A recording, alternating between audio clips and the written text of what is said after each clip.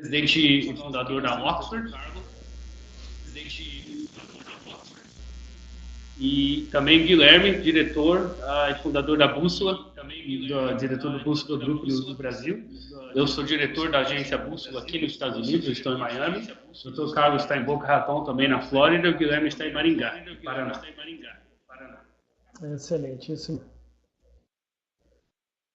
Eu vou deixar a palavra aqui. Boa tarde a todos também. Como o Diego... Pode iniciar, Diego.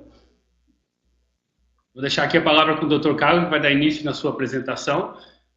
Em seguida, o Guilherme, e depois eu mesmo apresento a parte de comunicação e as tendências do mercado. Fique à vontade, Carlos.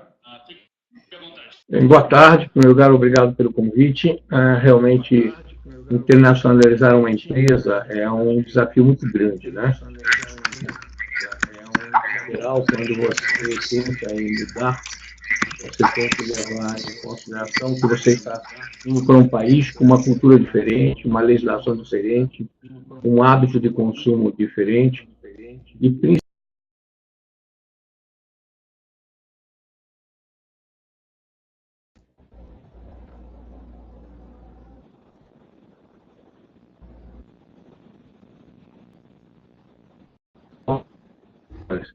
evidentemente, você tem que levar em conta que esse mercado, ao mesmo tempo, é uma grande oportunidade e também um grande desafio para quem está indo. Nós costumamos dizer que a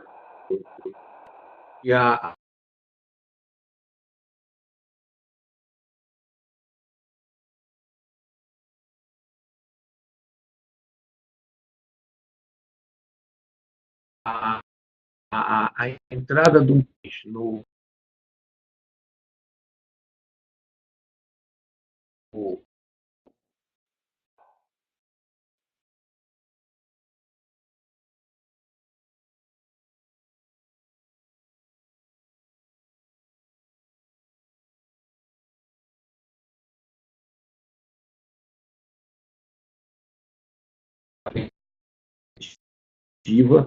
de trazer os Estados Unidos a um nível de progresso que não estava ocorrendo nos últimos 8 anos. Nós fizemos uma administração democrata, muito interessante do ponto de vista social, com um grande apelo a uma melhor divisão do chamado pacote da economia do mundo como um todo, e entrou o Trump com uma nova orientação. Qual foi a nova orientação que justamente deu razão à eleição do presidente Trump? Ele sentiu, e foi muito habilidoso em identificar, que o americano em si ele estava um pouco cansado daquilo que a gente chama politicamente correto.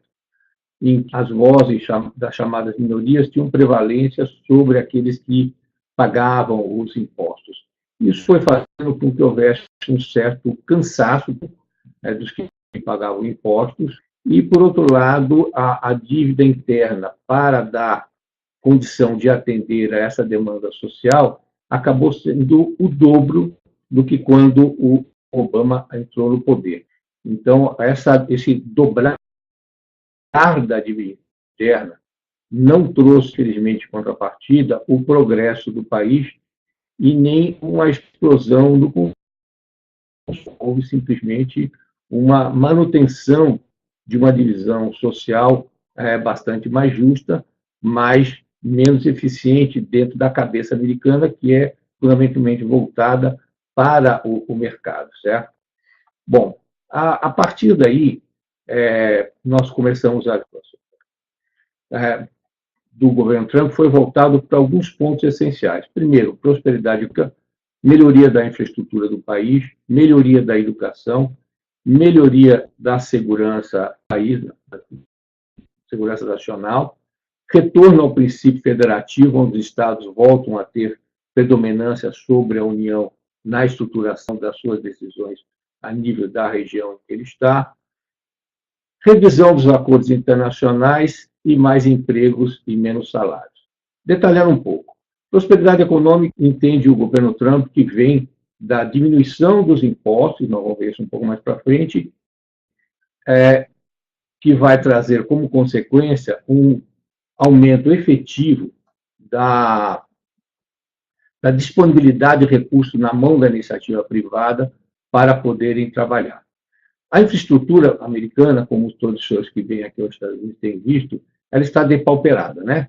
Quem vem da China, como eu tenho visto regularmente, parece que você está saindo de um país de primeiro mundo e chegando no terceiro mundo. Quem sai de Xangai e chega em Chicago, vê-se que os Estados Unidos precisa voltar a progredir nessa área. A educação também nos Estados Unidos estava enfraquecendo, principalmente nas áreas de ciência, matemática, em que o Estados Unidos estava chegando ao 30º lugar já em alguns aspectos.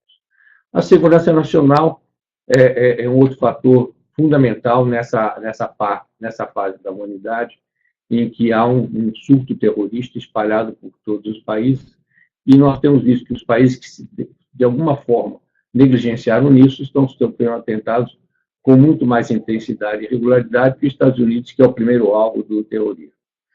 O princípio federativo é fundamental, porque assim foi constituído os Estados Unidos. Nos Estados Unidos, nós estamos para Estado. Isso tem feito com que os Estados fossem perdendo, de alguma maneira, a sua força. E, finalmente, a parte de empregos e salários, que vai influenciar diretamente na política de que esse governo tem. Primeiro, um respeito maior por aqueles que pagam impostos.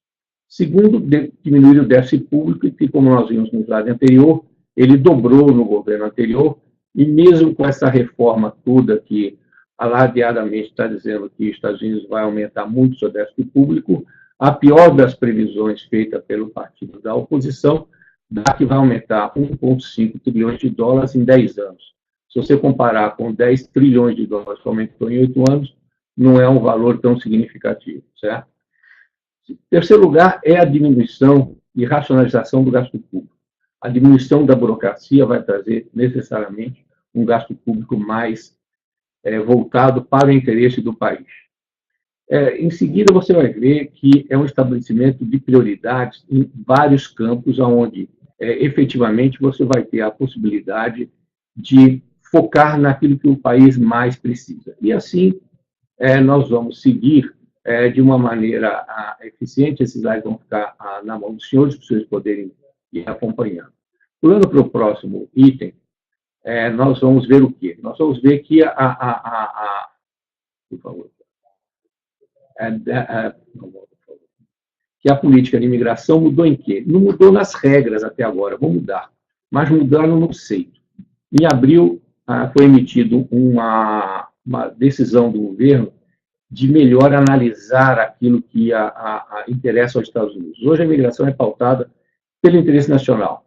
Quem é que tem tido vistos com mais facilidade nos Estados Unidos? Aqueles que têm algo a agregar ao país. Então, os vistos, por exemplo, EB1, que são vistos de alta, pessoas com alto conhecimento, consideradas pessoas diferenciadas no mundo por esse ponto, eles estão sendo priorizados. Nós já tivemos visto EB1, por exemplo, que saiu em menos de 8 dias, 6 dias úteis, para falar objetivamente. Por quê? Porque é um visto de pessoa de notório conhecimento. Por outro lado, os vistos que são mais dependentes de favores do governo americano, os vistos de pessoas que são perseguidas fora, etc., estão tendo menos preferência no quadro nacional. As fontes internas de energia estão sendo alteradas em favor da segurança nacional. Então, estão sendo desenvolvidas todas as formas de energia, inclusive as alternativas, porém sempre visando o desenvolvimento do país. A reforma educacional que está sendo feita, e quem vem para cá verá isso nas próprias escolas, foram transferidas as responsabilidades para os estados, fundamentalmente, o que, de alguma maneira, vai aumentar a qualidade do Estado, do ensino em cada um dos estados. E eu vejo aqui na cidade em que eu moro, em que 52% do orçamento público da cidade é destinado à educação.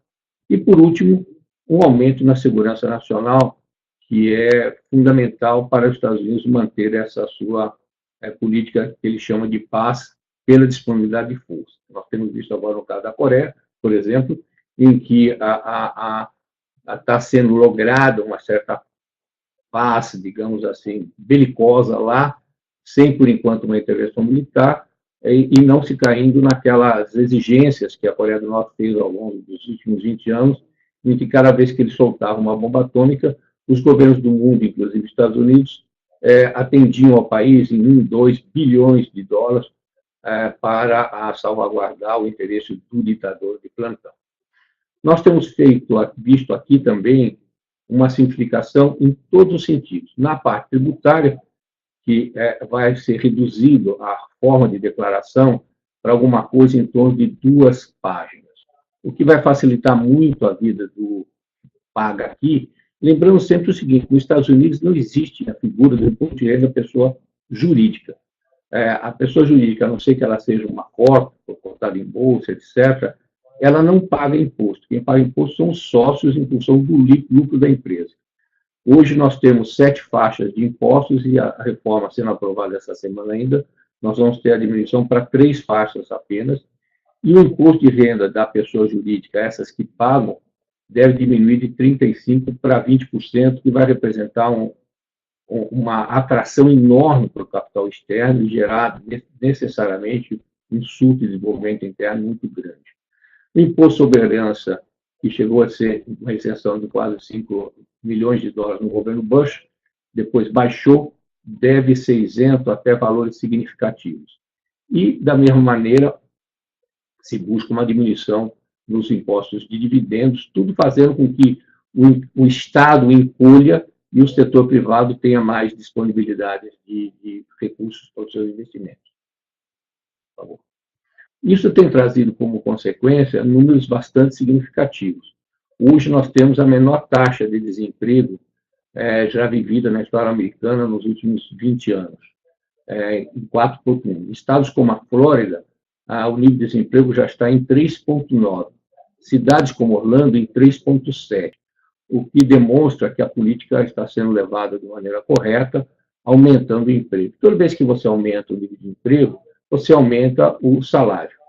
O PIB americano, que vinha, de alguma maneira, rateando em torno de 1,9, 2, etc., principalmente na última fase do governo Obama, já pulou para 2,9 no atual governo. Espera-se que, com essa reforma tributária, ele venha suplantar, em termos, inclusive, perenes, a faixa de 3%. Nós já vimos a alegria das bolsas de valores, que subiram 300 pontos após o Senado fechar o acordo para baixar os impostos. Consequentemente, a renda familiar tem aumentado, com isso aumenta o mercado, aumenta a possibilidade de retorno. Os índices da Bolsa, como disse anteriormente, só têm tendido a subir, e o déficit nacional, que dobrou praticamente nos últimos 8 anos, deverá manter-se estável a partir do ano que vem, a um crescimento máximo da ordem de 1,5 trilhões ao longo de 10 anos, por favor. Bom, o que tem isso como consequência? Aquilo que nós vimos. A taxa de crescimento dos Estados Unidos bateu praticamente um recorde, o nível de confiança da população na economia tem seguido valores historicamente bastante superiores à possibilidade, e, com isso, nós temos tido um crescimento do país bastante significativo.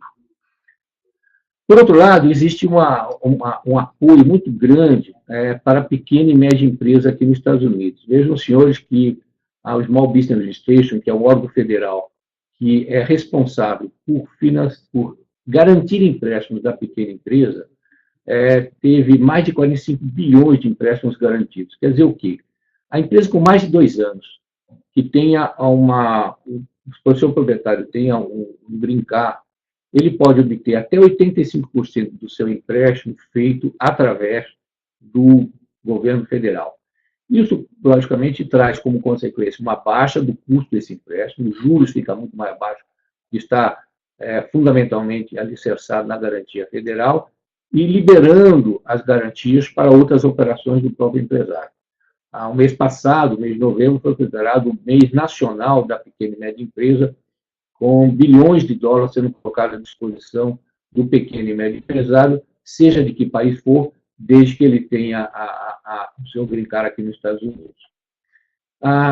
A parte de desemprego, como nós dissemos anteriormente, além dela estar caindo de uma maneira substancial, está caindo também na demanda que já as pessoas sabem que tem que voltar a trabalhar para voltar a ganhar dinheiro. Certo?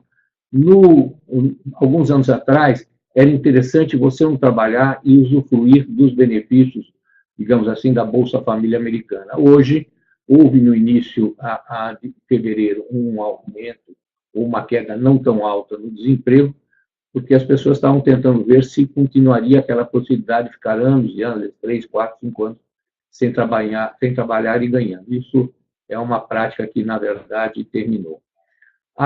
O nível, então, quando caiu, teve como consequência imediata o aumento da rentabilidade dos salários, ou seja, cada pessoa ganha mais hoje do que ganhava há 2 meses atrás, porque não há mais quase mão de obra disponível, e a mão de obra que ela estava sendo assim achatada dentro do mercado americano, em função da política imigratória de trazer pessoas de alta qualificação de outros países com um salário mais baixo, está gradualmente sendo reformulada para estimular aqueles que estão residindo aqui a ganharem mais. O mercado de ações tem respondido a essa mudança da forma política do governo de agir, fazendo com que, efetivamente, as pessoas, ao confiarem mais, para os senhores terem ideia, o aumento do valor nacional da Bolsa de Valores neste ano aumentou em $1 trilhão, ou seja, a média americana das pessoas que têm poupança aumentou $1 trilhão nesses últimos 9 meses.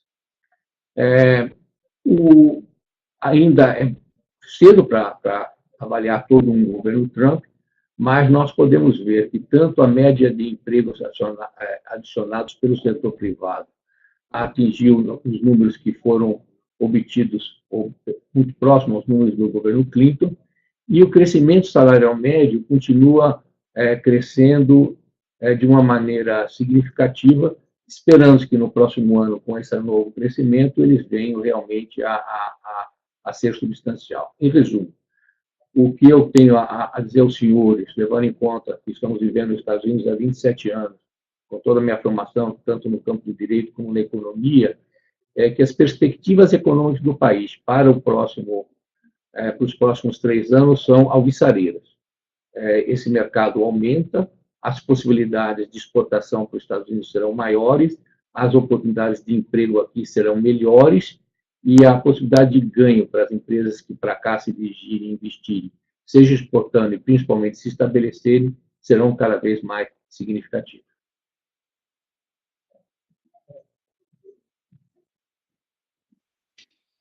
Ótimo, muito obrigado, Dr. Carlos. Nós vamos dar continuidade aqui, então, para a importância do planejamento estratégico para identificar as oportunidades de negócio nos Estados Unidos. Lembrando que vamos abrir uma rodada de perguntas no final da apresentação, para que vocês possam tirar dúvida, tanto eu quanto o Carlos, quanto o Guilherme, no final vamos responder algumas de suas perguntas, tá bom?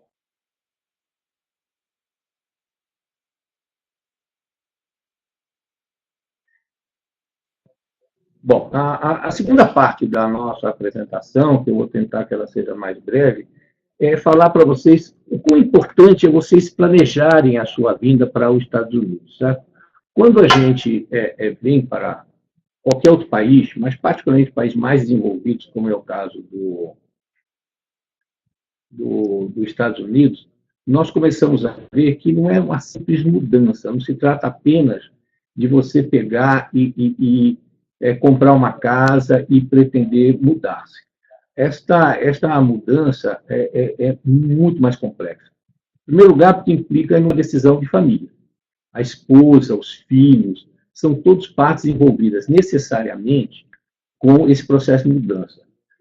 Cada lugar daqui está, de alguma maneira, tendo uma aceitação da esposa, do filho, com relação ao local que está sendo feita essa mudança.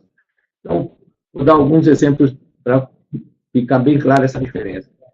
Eu mudei para uma cidade chamada Boca Raton, porque eu queria educar meus filhos num lugar calmo, em que eles pudessem brincar na rua, que fosse extremamente seguro, que eu não precisasse trancar a porta da minha casa.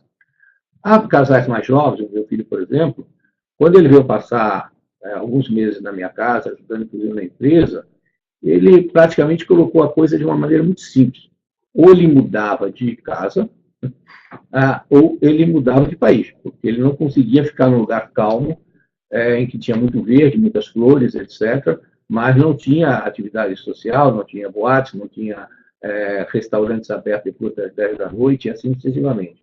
Então, a família é uma parte importante no processo decisório para saber se o local é o adequado. Os filhos é a mesma coisa, porque há escolas americanas nível C e escolas americanas públicas nível A. Evidentemente, há uma diferença muito grande entre um tipo de escola e outra, inclusive, principalmente, no orçamento dos pais. Uma escola privada pode custar $2.500, $3.000 por mês, e a escola pública custa nada. Então, localizar a sua casa próxima a escolas de alta qualidade, e aqui a escolha da escola é feita necessariamente por conta do zip code onde a pessoa mora, é um fato fundamental. Um próximo ponto que eu destacaria é a proximidade do trabalho. Mesmo que os Estados Unidos tenham vias rápidas e acesso fácil, o transporte sempre é demorado e não existe praticamente aqui no sul dos Estados Unidos transporte coletivo. Então, a proximidade de trabalho é um outro fator relevante para vocês poderem, de alguma forma, decidir onde morar. E, por fim, como eu disse já rapidamente no início, o tipo da pessoa, a intensidade com que ela gosta de sair à noite, a idade do casal que está se mudando, são fatores que, ao final, vão, de alguma forma, influenciar para o bem-estar e o sucesso desta mudança.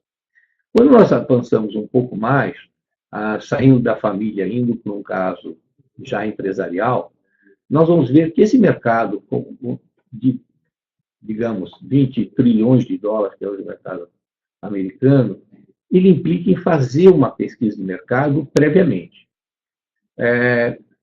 Não é possível se considerar, como algumas pessoas dizem, não, o que eu faço no Brasil, eu vou fazer nos Estados Unidos e vou ter sucesso. Mentira, não vai ter.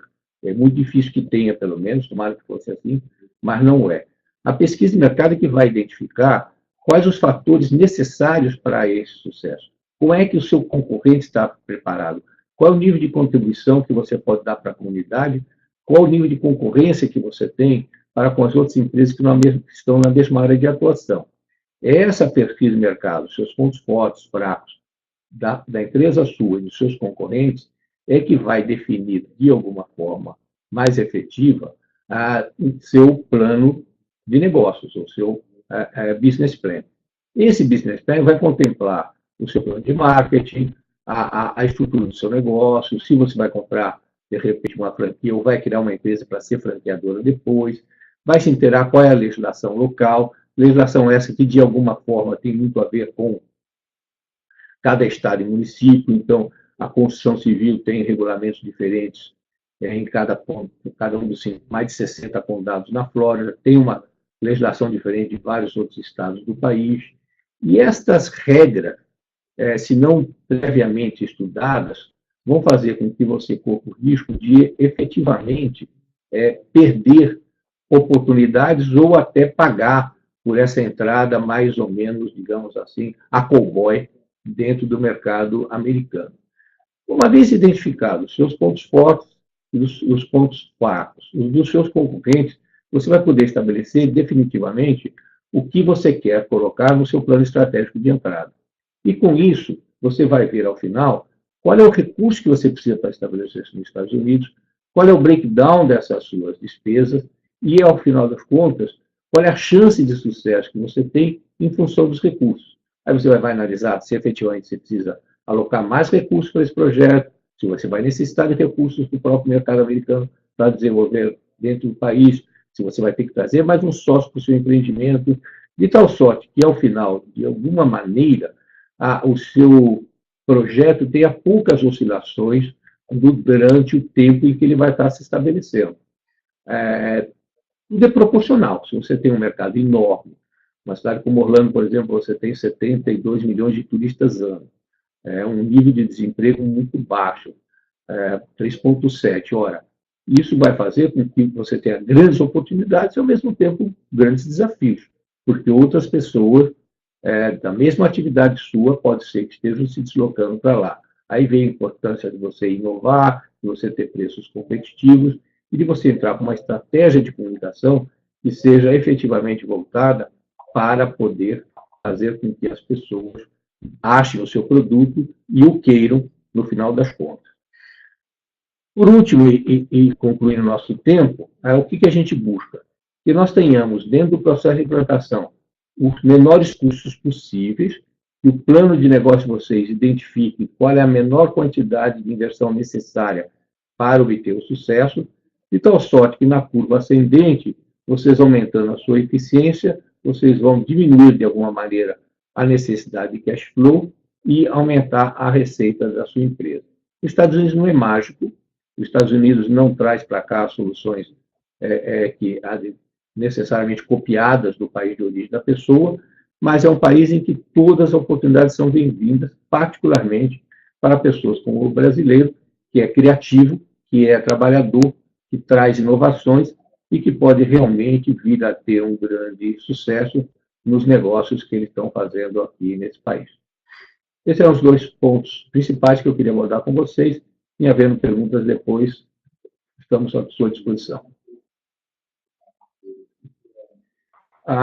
Pedindo para falar um pouco sobre a Oxford. A Oxford é uma empresa que está no mercado há 27 anos nos Estados Unidos.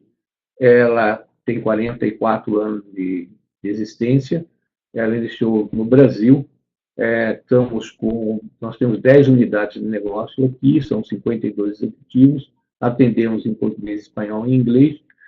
Nosso código de ética é extremamente rígido, foi moldado quando aí no Brasil, quando nossos principais clientes eram empresas multinacionais americanas, uma General Electric, uma Kodak, uma Cummins, uma Black & Decker e empresas europeias, como a Tetra Pak. E a nossa missão principal é ajudar a realização do sonho dos empresários, empreendedores e investidores que querem desenvolver os seus negócios aqui nos Estados Unidos. Muito obrigado. Muito obrigado, Dr. Carlo. Vamos aqui dar continuidade à apresentação. Novamente, em seguida, nós vamos abrir o chat, que deve estar localizado abaixo do monitor de vocês, para fazer algumas perguntas. Agora eu vou dar a palavra ao senhor Guilherme, ele é diretor do Grupo Bússola no Brasil. Tá? E vamos lá. Guilherme.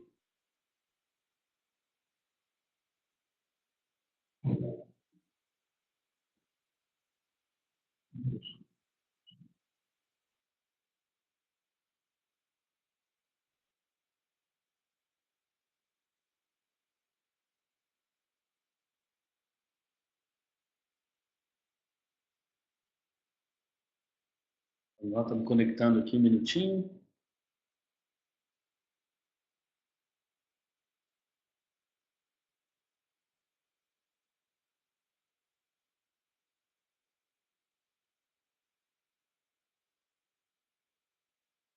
Guilherme, está me escutando?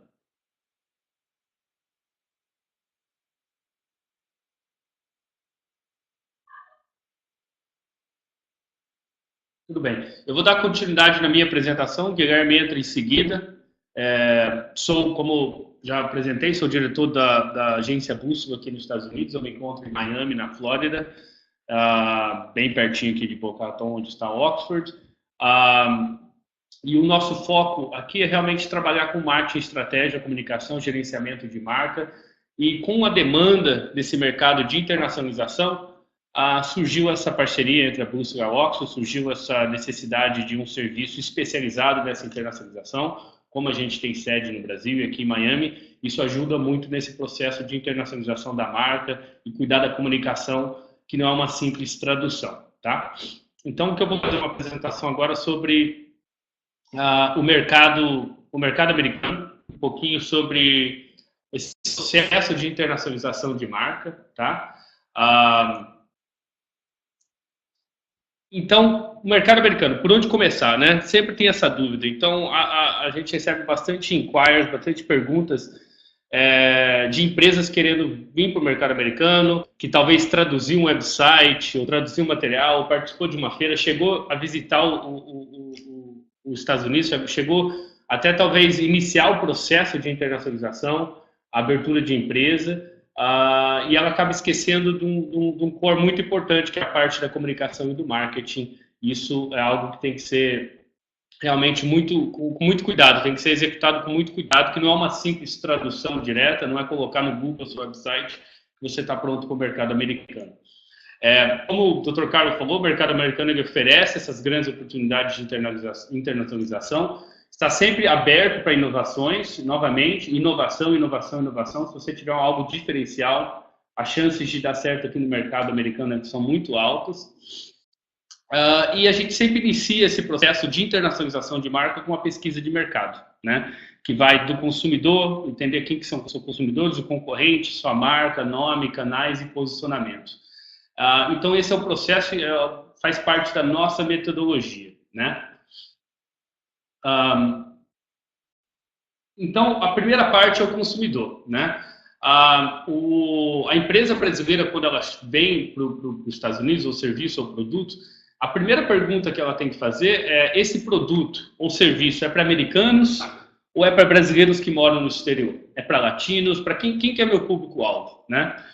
Lembrando que, segundo o Itamaraty, há mais de 1 milhão de brasileiros morando nos Estados Unidos. A gente sabe que são números de difícil acesso por uma questão de ilegalidade, sendo que 300 mil deles estão na Flórida. Então, ele é um mercado quente, é um mercado ativo, é um mercado que tem um potencial de você sim trazer seu produto somente para o mercado brasileiro, trabalhando com o que a gente chama o mercado da saudade, né? Que é aquele onde você está trazendo produtos de conhecimento da população brasileira, que vai desde o açaí, a tapioca, feijão, salões de beleza, academia jiu-jitsu, o que for. Então, esse mercado da saudade ele é muito forte aqui. E quando eu mudei para os Estados Unidos há 22 anos atrás, a gente tinha muito pouco acesso. Era poucas oportunidades de a gente experimentar uma comida brasileira, da gente assistir. Na época não existia nem a Globo Internacional. Eu lembro que a gente alugava fitas de VHS para poder assistir a Globo. Então, hoje em dia, você se encontra mercados, centros de distribuição de produtos, da farofa ao açaí, a tapioca, a cerveja brasileira, o que for. Então, o mercado da saudade ele é muito aquecido aqui nos Estados Unidos. Se depender só dele, já é um mercado muito grande, né? Então, essa é a primeira dúvida. Eu estou vendendo para brasileiro? É um produto que tem... É um produto cultural ou é algo que eu quero apresentar ao mercado americano? Lembrando que o público brasileiro ele pode, na verdade, se tornar a porta de entrada para o mercado americano e ele mesmo se torna influenciadores. Então, a gente vê hoje como o açaí é popular aqui nos Estados Unidos, a farofa é algo que já está de uma grande abrangência, o churrasco brasileiro é conhecido em tudo que é lugar no mundo. O esporte jiu-jitsu, por exemplo, é algo que teve uma abrangência enorme com o UFC e afim, e tudo isso são produtos que nasceram dentro da comunidade brasileira e que se expandiram por depender da qualidade, algo que de boca a boca, e que os próprios brasileiros se tornaram influenciadores desses produtos. Então, são alguns caminhos que a gente pode estar avaliando. A segunda etapa dessa pesquisa de mercado é importante entender os concorrentes, né? Descubra o que seu concorrente já tem feito no mesmo território, né? Já teve outros concorrentes que tentou entrar no mercado americano antes? O que eles fizeram, né? Como que eles se aproximaram desse novo mercado? Deu certo? Não deu? Né? Quem são seus concorrentes americanos também? Qual que é o diferencial desse seu produto? É preço? É qualidade? Você está vendendo algo que é manufaturado no Brasil ao invés de manufaturado na China? Como Havaianas, por exemplo, é uma coisa que amarra bastante a cultura brasileira ao produto, ou é algo que você quer se desligar do Brasil e apenas utilizar o mercado americano como forma de um novo canal de venda?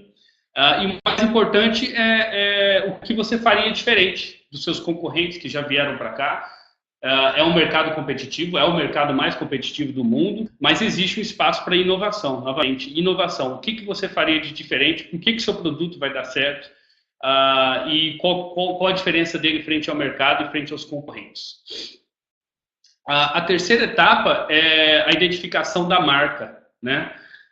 Então, é importante você entender que a sua marca ela pode ter uma força nacional, uma força regional no Brasil, na América Latina, porém aqui a gente está praticamente começando do zero. Então, é importante identificar como que você pode traduzir esse posicionamento da marca. Talvez você precise de um novo nome aqui nos Estados Unidos. É muito comum a gente ver um grande exemplo aí da marca Que Bom. Em cada país tem um nome para o sorvete Que Bom. Então é importante identificar qual que seria o diferencial da marca e como que você pode estabelecer uma marca nova no mercado ou fortalecer ela aqui nos Estados Unidos. E é importante que você se olhe no espelho. O que isso quer dizer?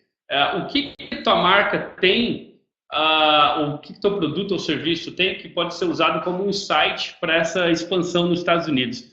Pode ser dados geográficos, por exemplo, o seu produto é algo que é vendido nas regiões mais quentes do Brasil, pode ser algo cultural. A gente sabe que o Brasil tem várias semelhanças com o mercado americano, a gente tem todas as nacionalidades vivendo aqui, é um produto que tem uma semelhança cultural, é algo que deve ser vendido no frio.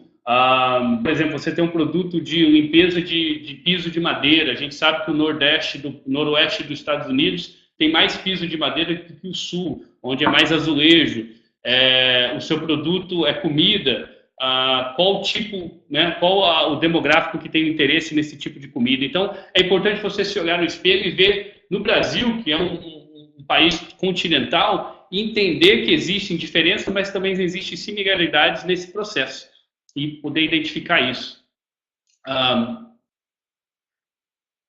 A outra etapa da marca é lembrando do nome. Nós temos aqui inúmeros casos de marcas com nome estabelecido no Brasil, que tenta entrar nos Estados Unidos, a marca já está registrada ou a marca já está associada a um outro nome, ou pior ainda, esse nome, essa marca é pejorativa, ela pode ser um palavrão. Nós trabalhamos com uma empresa na área de saúde, no qual a tradução direta do seu nome parecia um título de filme pornô. Então, é importante realmente entender o que o nome representa, se você precisa criar um novo nome da marca, ou se vai manter o mesmo e se esse nome está disponível dentro da categoria da sua indústria, né? Então, e como essa língua se adapta também ao mercado americano, isso é muito importante. A outra questão da pesquisa do mercado é entender os canais, né? Existem várias oportunidades de entrada no mercado americano, como, por exemplo, na área de distribuição business to business direto. Esse é um produto que vai ser vendido business to consumer, direto ao consumidor. Vão ser vendas diretas pelo e-commerce, onde você vai ter controle dessas vendas. Você está procurando uma representação, você vai participar de feiras para tentar fazer a distribuição e a promoção desse produto. Então, é importante identificar o canal como uma porta de entrada. Talvez o seu produto ainda não esteja pronto para um centro de distribuição em uma fábrica aqui na Flórida, mas talvez um e-commerce pode ser uma porta de entrada, onde você ainda continua produzindo o produto no Brasil, trabalhando com uma empresa de logística aqui em Miami e fazendo a distribuição direta. Então, existem canais que permitem, como o Dr. Carlo falou, diminuir esses custos de entrada no mercado para que você possa fazer esse teste, né? Então, quando a gente fala em tradução da marca, novamente, não é vou bater no Google, vou pagar um tradutor, vou traduzir meu website, meu flyer e estou pronto para o mercado americano. Não. A tradução da marca, na verdade, é uma tradução do posicionamento. Como é que você vai se posicionar no mercado americano? Qual que é seu diferencial? Com quem que eu estou falando? Estou falando com um brasileiro? É o mercado das saudades? Ou não? Quero um produto que vai ser vendido para o mercado americano, ele tem espaço? Quais canais que eu vou estar trabalhando? Como minha marca vai ser vista? E assim por diante. Então, existem etapas que não devem ser puladas para evitar o risco, evitar o erro, né, ali para frente. Então, seguindo essas etapas corretamente, a gente garante um processo de maior sucesso, né? Uma outra coisa que eu vou cobrir é importante entender também que as tendências do mercado americano. A gente sempre conversa internamente, vou e volto para o Brasil, eu sempre trago e levo algumas informações e eu vejo que o Brasil, em algumas questões de tendências, está alguns meses, alguns anos atrás, depende da indústria, depende da categoria do produto ou serviço. Então é importante você também visualizar o que as empresas americanas e as marcas estão fazendo, como é que o consumidor está mudando o seu comportamento, tá? Que é algo hoje que está cada vez mais entrelaçado ao mercado americano. A gente vê brasileiros seguindo padrões americanos, tanto de entretenimento, quanto roupas, marcas e assim por diante. Então, existe essa globalização das tendências americanas e é importante identificar isso para achar o seu espaço no mercado americano.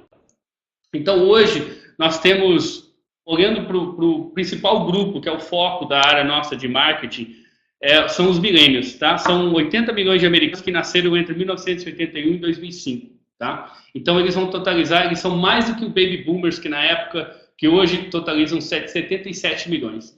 Esses millennials, eles vão chegar a 2025, eles vão representar 46% do custo dos gastos investidos no mercado de compras americano. Assim como em 2020 eles devem chegar no pico da idade, onde hoje o milênio mais velho ele tem 34 anos. Então é um mercado ainda em expansão, ainda está chegando no poder máximo de compra dele, a hora que ele vai bater os seus 25 a 30 anos, que ele vai comprar casa, que ele vai comprar produtos, que ele vai comprar acessórios, que ele vai ter filhos. Então esse é o maior mercado, a maior fatia do mercado que a gente tem pela frente. E esses mesmos milênios, eles são responsáveis por algumas disrupções do mercado americano e que está mudando bastante a forma que as empresas fazem negócio. Então, por exemplo, a Applebee anunciou recentemente em agosto que ela fecharia cerca de 135 restaurantes. E a questão disso é porque ela não conseguiu atrair esse público. É um restaurante que ficou amarrado no público de 40, 50 anos do Midwest americano. Ela não conseguiu progredir na questão da apresentação, no cardápio, na questão da comunicação, posicionamento. E também existe uma ligação direta com os millennials, está mudando, esse grupo está mudando o comportamento. Eles preferem cozinhar em casa, eles preferem pedir delivery. Hoje as oportunidades de delivery com Uber Eats, Delivery Dudes e outras ferramentas de delivery aumenta cada dia o leque de opções. Eles preferem algo mais rápido, mais saudável. A gente não está falando do McDonald's, a gente está falando da categoria chamada Fast Casual, que para quem já esteve aqui nos Estados Unidos tem o Chipotle e umas outras restaurantes que oferecem comida de verdade rápida. Então, existem outras oportunidades do que ele sentar no restaurante que o tio dele frequenta, né? Uma outra dado interessante a gente foi também percebido a queda da venda de motocicletas, né? Então, quase 4% das motos. E quem mais sentiu isso foi a Harley Davidson, porque ela é líder do mercado com quase 50% das motos. Mas isso é uma questão desse público preferir mais segurança, ao invés de um lifestyle mais de risco, né? Muito diferente de seus antecedentes. Então, além das opções que aumentam todo dia de transporte, como Uber, Lyft e assim por diante, ele não vê mais a moto como um símbolo de lifestyle, e isso tem agregado essa queda de vendas. Um outro dado interessante que a gente já vê muito presente no Brasil com o Nubank e outros bancos, por uma questão da tecnologia ter chegado ao setor bancário muito forte, os millennials eles raramente visitam bancos físicos. Isso é algo que pode ser replicado em vários outros segmentos, várias outras indústrias. Então, quase 75% dos millennials com uma conta bancária visitaram uma filial uma vez ou menos por mês, de acordo com dados da BI. Então, essa questão de presença, ela é muito distante desse público que está ligado no celular diariamente. E para eles o mundo virtual é tão forte quanto o mundo real. Mas mesmo assim eles sempre estão, eles têm uma importância para a marca. O preço é o principal fator da decisão de compra, mas as marcas são muito importantes também. De acordo com a pesquisa da Android Digital, eles definiram que o preço vem em primeiro lugar, seguido por recomendações de amigos, né? Então é uma comunidade, uma comunidade que a gente pode dizer que está um pouco distante do mundo real, da conexão humana que a gente está acostumado, que a gente cresceu principalmente aí no Brasil. Porém, eles estão cada vez mais conectados com amigos e familiares, e a recomendação de amigo é algo muito importante na decisão de compra, seguido pela reputação da marca e, em quarto lugar, qualidade do produto, tá? Então, Se a gente olhar esse painel de marcas aqui, a gente tem o Uber, do PayPal, a Netflix, ao Google, o Amazon, e a gente questionar o que fez essas marcas crescerem, por que essas marcas são famosas, são populares tanto para os milênios quanto para o resto da população, a gente tem uma palavra-chave. A gente tem o Amazon aqui, uma empresa de logística, a gente tem o Netflix, uma empresa de seriados e filmes por demanda, a IKEA, uma empresa de móveis que podem ser montados rapidamente, PayPal, um sistema de pagamento, Uber, uma empresa de transporte, de logística, e Google e assim por diante, informações. O que todas essas empresas têm em comum? Todas essas empresas economizam tempo de seus usuários. Então, é tempo no pedido de um produto no Amazon, que pode ser entregue, inclusive, no mesmo dia, em algumas áreas metropolitanas, tempo no pedir transporte pelo Uber, tempo na montagem de seus móveis, tempo para você poder assistir quando você quiser, a hora que você quiser, um filme, o Netflix. O Google, ele te entrega respostas rapidamente. Então, tudo isso é tempo.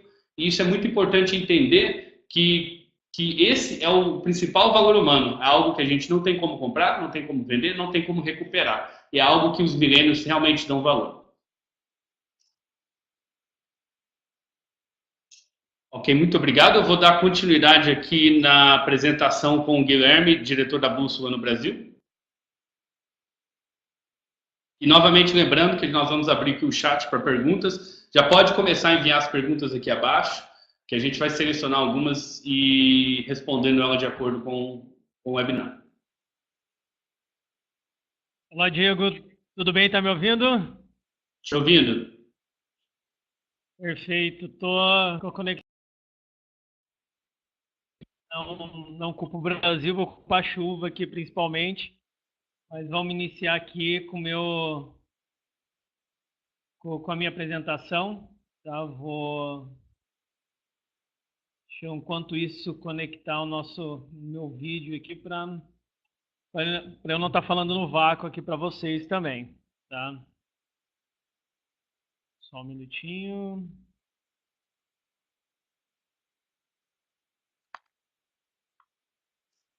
Eu acho que pode dar continuidade sem o vídeo, Guilherme. Vamos iniciando que uma hora conecta aqui. Bem, como o Diego disse, eu sou diretor do Grupo Bússola. Aqui a gente atende praticamente a América Latina, onde a gente tem capilaridade desde da Argentina, Paraguai.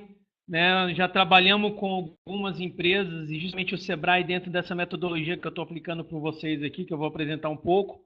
Essa metodologia, então, já foi validada. Né? Ela é uma junção aí do que o Carlos falou, do que o Diego também comentou, a importância do olhar para o business, para o negócio, olhar para o marketing principalmente, e o olhar para o consumidor. Tá? Então, aqui a gente tem uma visão bem ampla, né? 360 que a gente fala.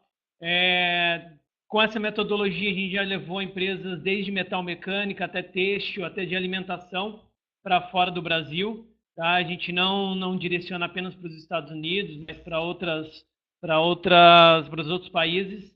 Tá? E essa visão 360 ela tem 3 pilares fundamentais, tá? Que a gente gosta de deixar bem claro.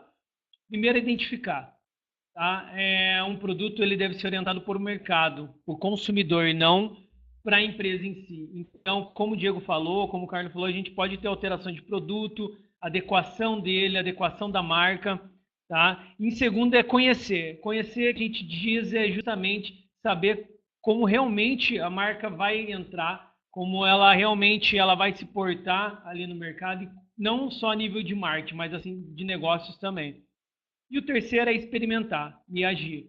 Então, isso traz um pouquinho até da metodologia de startup, uma junção aí da parte de aplicação, né, experiência e ação. E a gente leva isso para o negócio de internacionalização. Então, a primeira fase que a gente contextualiza aqui é justamente o que? Inteligência mercadológica. Né? Hoje a gente tem essa inteligência baseada em dados e o primeiro passo disso daí é o mapeamento do território. Então, para onde eu vou? O que é? Como funciona? Né? Quem que compra? Quem que são as pessoas dali? Qual que é o comportamento? O Diego falou do millennials, a gente tem outras né, outras gerações também, e dependendo do território, o produto tem que ser adequado, né, pertinente a isso daí. Segundo momento, a gente tem o viver cenários, canal de venda e prospecção. Então, se a gente tem um território definido para onde a gente vai, que isso é muito importante, a gente faz o quê? A gente analisa o cenário, né, e analisa os canais de venda que têm maior aderência ao nosso produto. Tá? Se houver uma necessidade de adequação, a gente chega no canal de venda mais próximo. Então, é o e-commerce, é o to-go, né, o para levar, qual que são os canais de representação, é joint venture, é uma parceria, uma representação. Então, a gente tem vários canais de venda que a gente pode estar entrando. E os prospects? Como a gente definiu o canal de venda, a gente já tem uma ideia de quem pode ser nossos consumidores. E em terceiro, levantamento de potenciais compradores. Como a gente tem os prospects e é diferente de potencial comprador. Tá? O potencial comprador é justamente a gente ter uma análise de quanto que eles podem comprar e do que eles podem comprar.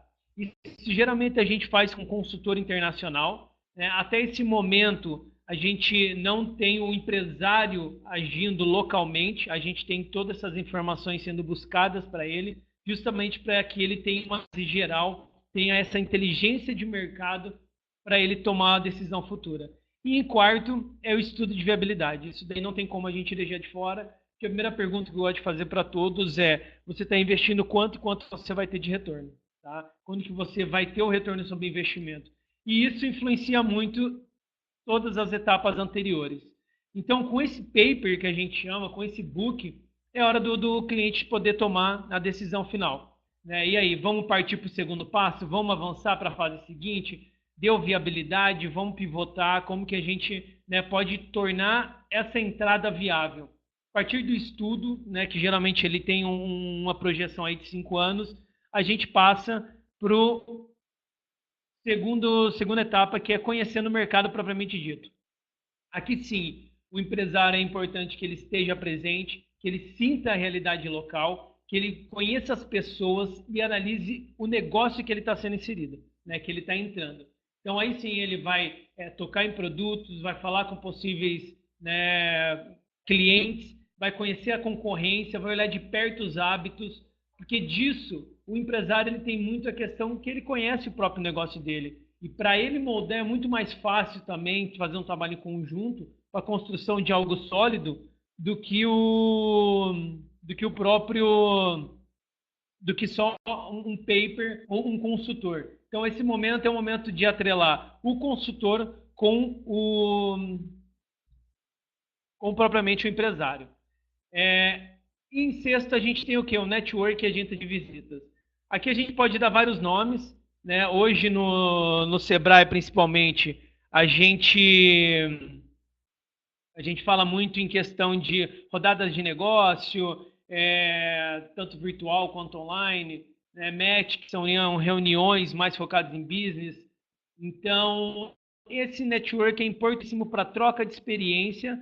E dependendo do cartão de visita que você queira, se é uma representação, você já começa a fazer essa troca, já começa a ter um catálogo de potenciais compradores com muito mais já relacionamento e network. Então, essa experiência é fundamental para ele também conhecer o quê? A partir do momento que ele está com uma empresa lá, começa a indagação. Minha família vai junto, quem vai junto? Não, vai só a empresa em si, mas eu vou ter um deslocamento. É um lugar pertinente, o empresário está visando mais a entrada do negócio dele e não tanto pessoal. Então, essa vivência ela é importantíssima para esse ponto. Com essa análise, né, que a gente chama até um pouco de misturar a psicologia com a parte de negócios, a gente entra para a parte de preparação do negócio e da marca. Tá? Até como o Diego comentou, era para eu ter entrado antes, porque ele daria uma aderência nessa segunda parte. Mas, pegando um pouco do que ele já falou, a gente tem o quê? Vamos preparar a sua empresa para operar fora do Brasil. Aí sim a gente tem um estudo de viabilidade que a gente já sabe os custos. Então é hora de, como o Carlos falou, né, entrar com a parte de documentação, ter esse suporte que a Oxford hoje dá também para os clientes, para o documentacional, essa estrutura aí de negócios que você precisa ter. E o segundo, que a gente tem o segundo pilar, que eu acho extremamente importante, não por ser da área, né, mas justamente porque é uma transformação do produto e da marca, é a parte do funil de negócios. Né? Eu não falo em funil de vendas, hoje se fala muito nisso dentro do processo de inbound, de uma ação estratégica dentro do marketing, mas aqui a gente fala de funil de negócios. A partir disso, eu tenho que gerar interesse. Então, gerar interesse, o produto, às vezes, ele tem que ser modificado, como o Diego comentou e eu comentei anteriormente. A marca precisa ser alterada. Às vezes, o vermelho, que aqui é atrativo, no Japão não é atrativo. Então, gerar interesse, ele leva em conta todos esses aspectos e, principalmente, aquele paper inicial que a gente tem. Então, fica muito mais fácil a gente fazer essa adequação. O converter, que é justamente a gente ver canais, tá? Como que a gente começa a realmente trazer os prospects e ter uma conversão direcionada para isso, seja uma representação, então eu já tenho algum representante lá, vou começar a realmente ter um relacionamento com ele que começa a etapa seguinte. E o fechamento de venda. Para tudo isso a gente tem os trabalhos, a gente tem o trabalho de comunicação e planejamento de marketing efetivo e linkando com essa estrutura. Então, de um lado, a gente tem os negócios, né, a preparação, a estrutura dela, e do outro, a gente tem o marketing. Como o Diego pontuou bem, a gente tem os canais diferentes, a gente tem rupturas de cultura. O que o empresário tem que entender que um produto não é feito para ele, é feito para o mercado. Então, quando ele está apto a internacionalizar, a gerar negócios fora do Brasil, ele tem que acabar com esse mindset e focar na adequação do produto regional, território. Tá? Então, com isso, a assertividade é muito maior. A gente tem resultados hoje incríveis. Não precisamos nem falar em internacionalização, a gente pode falar em negócios. Em apenas um negócio. A empresa não precisa estar lá, a princípio, para realmente ver se ela vai abrir mercado no exterior. Então, o que ela tem que fazer? Ela pode gerar um negócio, ver se realmente deu aderência, houve um comportamento adequado, houve uma adequação necessária do produto, para depois ela começar a migrar toda a empresa. Então, quando a gente fala em internacionalização e assim dessa aplicação dessa metodologia que a gente trabalhou há tempos com o Sebrae, hoje ele vai virar, ano que vem, ele vira um programa oficial, né, para micro e pequenas empresas estarem fazendo esse tipo de trabalho. A gente consegue justamente ter o quê? Ter esse link, esse primeiro link. Vamos vender a primeira vez para fora do Brasil? Vamos fazer essa primeira conversão? E depois a gente passa para um processo justamente dessa categoria, desse nível aí de desenvolvimento. A minha era o link entre o Carlos e o Diego, né? Então a minha era mais objetiva justamente para linkar esses dois processos. Esses três processos, eles não são isolados, tá? Eles são consecutivos, então não tem como a gente pode até conhecer o mercado, né, com um olhar estratégico ali do empresário, mas a inteligência do mercado, né, o consultor internacional, ele é fundamental para estar desenvolvendo a empresa para quando ela tiver um preparo, né, na sua aplicação, tanto do produto quanto na sua forma de agir. Então, hoje a gente está com algumas empresas nesse direcionamento. Iniciamos agora, no início do ano, no ramo alimentício, justamente fazendo todo esse trabalho, né, e agora a gente está indo na parte do quê? De gerar interesse para o mercado americano. Então, esse é um pouquinho do nosso processo metodológico aí de internacionalização. Eu abro para o Diego novamente, para ele intermediar algumas perguntas que eu estou vendo que está tendo aqui. Infelizmente, ninguém me viu. Talvez eu consiga abrir a câmera de novo, pelo menos para que todos possam me ver, né, na sequência. Agradeço e a gente abre aqui para perguntinhas. Tá? Nós nos colocamos à disposição aí para respondê-las e também, posteriormente, aí para um bate-papo. Yes. Ótimo. Muito obrigado, Guilherme. Eu vou fazer uma dentro aqui rapidinha, só para fazer uma breve apresentação da Bússola novamente. Como falamos, na Bússola tem sede aqui em Miami e no Brasil. Nós fazemos parte do grupo Bússola, que é a Honorato, empresa de marketing, pesquisa de mercado e startups. Também trabalha com internacionalização. A Bússola Eventos e a Bússola Agência. Então, nós trabalhamos nessa ponte entre Brasil e Estados Unidos. Grande parte dos nossos clientes são internacionais.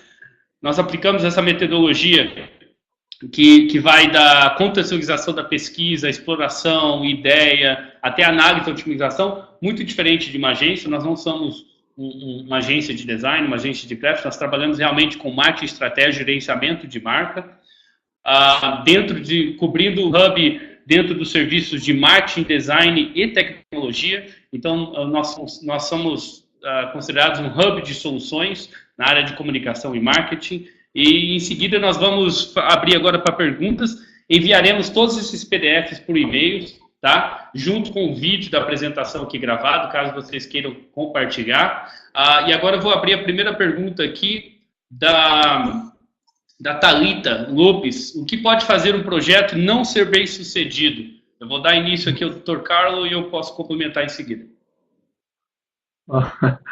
Bela pergunta, bastante, como diríamos aqui nos Estados Unidos, accurate. Há várias razões podem fazer um processo, um projeto, uma tentativa de entrar no mercado externo, particularmente americano, não dar certo.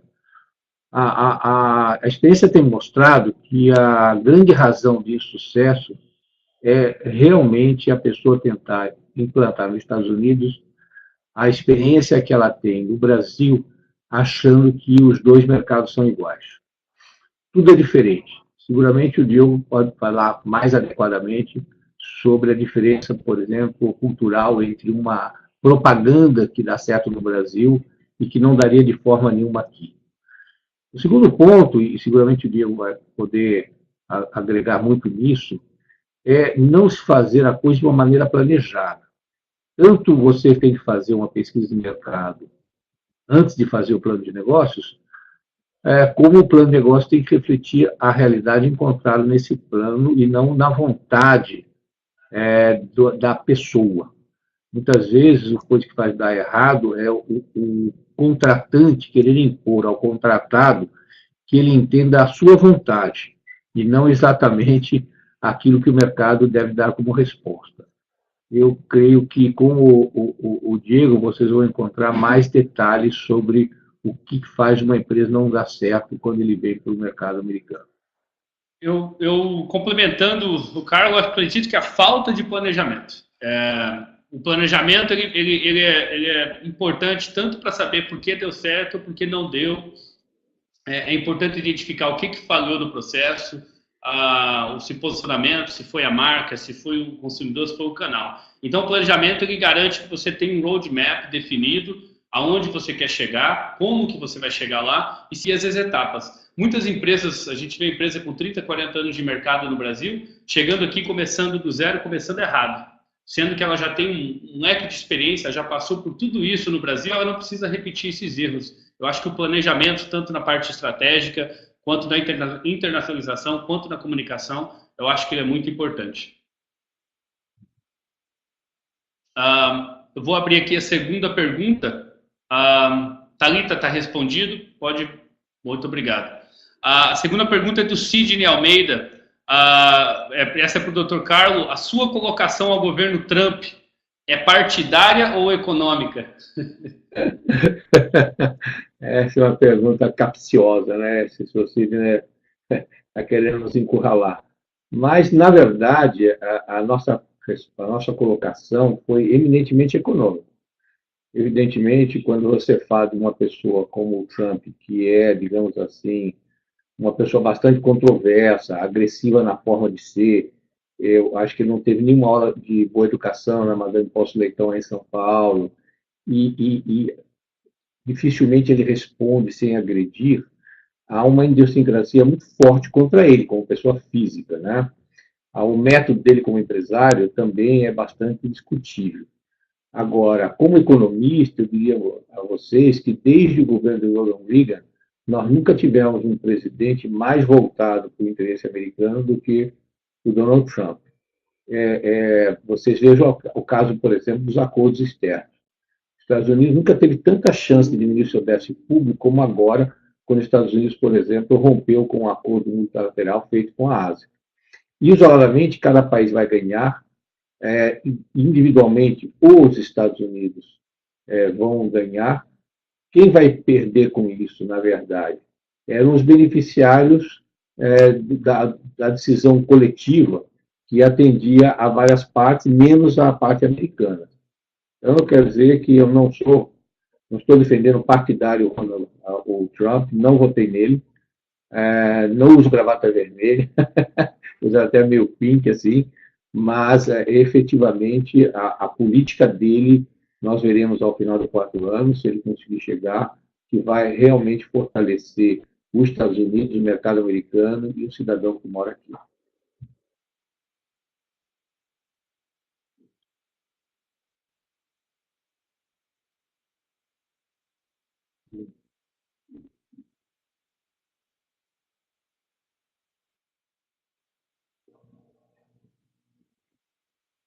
Diego, seu som está desligado.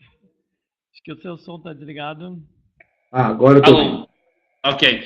A pergunta seguinte é da Roberta Saboia, também para o Dr. Carlos. Ela pergunta se nessa política de imigração do governo Trump é um fator de desistência para irmos aos Estados Unidos ou ainda há esperança? Olha, eu acho que depende, né? Essa é a minha cabeça de advogado. O advogado adora responder depende, porque nunca responde o que a pessoa que está perguntando. Mas, na verdade, o que acontece é o seguinte: não acho que seja uma boa oportunidade vir agora para aqueles que pretendem entrar via México ou vêm com vistos para cá, válidos como de turismo, e depois pretendem estender essa residência. Para o visto de investidor, como é o caso de EB5, o E2, para os vistos de pessoas com notório saber, tanto o EB1 como o EB2, como os OS, eu acho que é uma excelente oportunidade. Nunca foi tão rápido você tirar um visto, tanto na categoria de investidor, como na categoria de pessoas com alto saber. E nunca foi tão difícil você renovar um L1 daqueles que não permanecem nos Estados Unidos. Então, depende muito do propósito da sua vinda. Eu não recomendaria vir buscando alguma concessão especial do Estado, mas os que vêm para investir nunca serão tão bem-vindos como agora.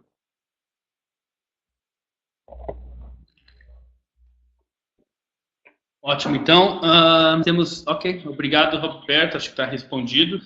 Se não tivermos mais nenhuma pergunta, eu acho que vamos fechar aqui, deixar o Carlos fazer sua despedida, e em seguida eu fecho com o Guilherme. Bom, o que eu posso dizer é que eu estou muito agradecido pela oportunidade, pelo convite, Diego. Eu acho que é sempre nossa obrigação o processo educativo das pessoas que querem vir para os Estados Unidos. Essa oportunidade nós procuramos desenvolver com muita honestidade, com muita ética, e seguramente aqueles que ouviram, se tiverem alguma dúvida, se encaminhem aí para vocês e nós teremos todo o prazer em devolver a resposta no mais breve espaço de tempo possível. Obrigado. Com certeza. Muito obrigado, Dr. Carlos, sua participação. Lembrando que, novamente, como ele falou, estamos de canais abertos aí, LinkedIn, e-mail, Facebook, Pombo, Correio, que precisar enviar para poder tirar alguma dúvida.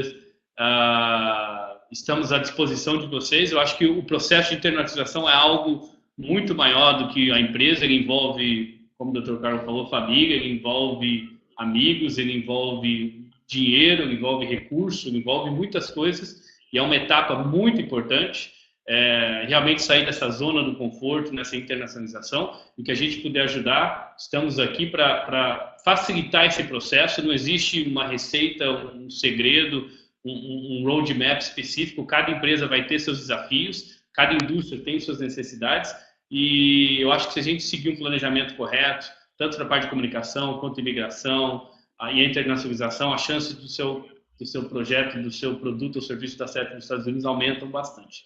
Então, quero novamente agradecer, dar a palavra final aqui para o Guilherme, se ele estiver nos escutando, para fechar isso. Lembrando que vamos enviar esse vídeo a todos que participaram aqui via e-mail, assim como os PDFs e com o contato de todos aqui os participantes. Tá? Muito obrigado. Guilherme? Excelente. Está me ouvindo? Estão me ouvindo? Sim. Estou presente sempre aqui. Escutei tudo. Consegui participar menos na câmera aqui. Com certeza a gente vai estar ao vivo e a cores aqui. Até aproveitando a oportunidade, agradeço aí ao Carlos pela disponibilidade do tempo dele, né, que é um início aí de alguns outros projetos que a gente está iniciando. A Oxford atua numa área extremamente importante para qualquer empresa que quer internacionalizar, é fundamental esse processo. Até um item ali que a Thalita tinha perguntado na questão do sucesso da internacionalização. A gente, dentro desses tempos aí, a gente vê que o planejamento ele é importante, mas a execução dele ele é tanto quanto, né, o plano de ação adequado, o formato das coisas serem conduzidas, a definição de papéis. Então, acredito que com, né, o Carlos ele tem uma metodologia fantástica para estar conduzindo junto com a gente nesse processo de fazer as coisas acontecerem, né, tirar as coisas do papel. E eu agradeço aí a oportunidade de estar presente também, ter apresentado um pouquinho mais desse trabalho. Em breve me conhecerão no vídeo. Enquanto isso, eu fico aqui à disposição, tá? E qualquer dúvida, eu, o Diego, a gente e o Carlos, na sequência, caminharemos um e-mail a todos aí com essa apresentação, como o Diego disse, para a gente poder estar conversando aí, desmistificando qualquer fato ou auxiliando qualquer um no processo aí de negócios, né, internacionais. Ok? Obrigado, Diego. Obrigado, Carlos. Obrigado, Carlos. Boa tarde a todos. Tchau, tchau. Tá. Obrigado.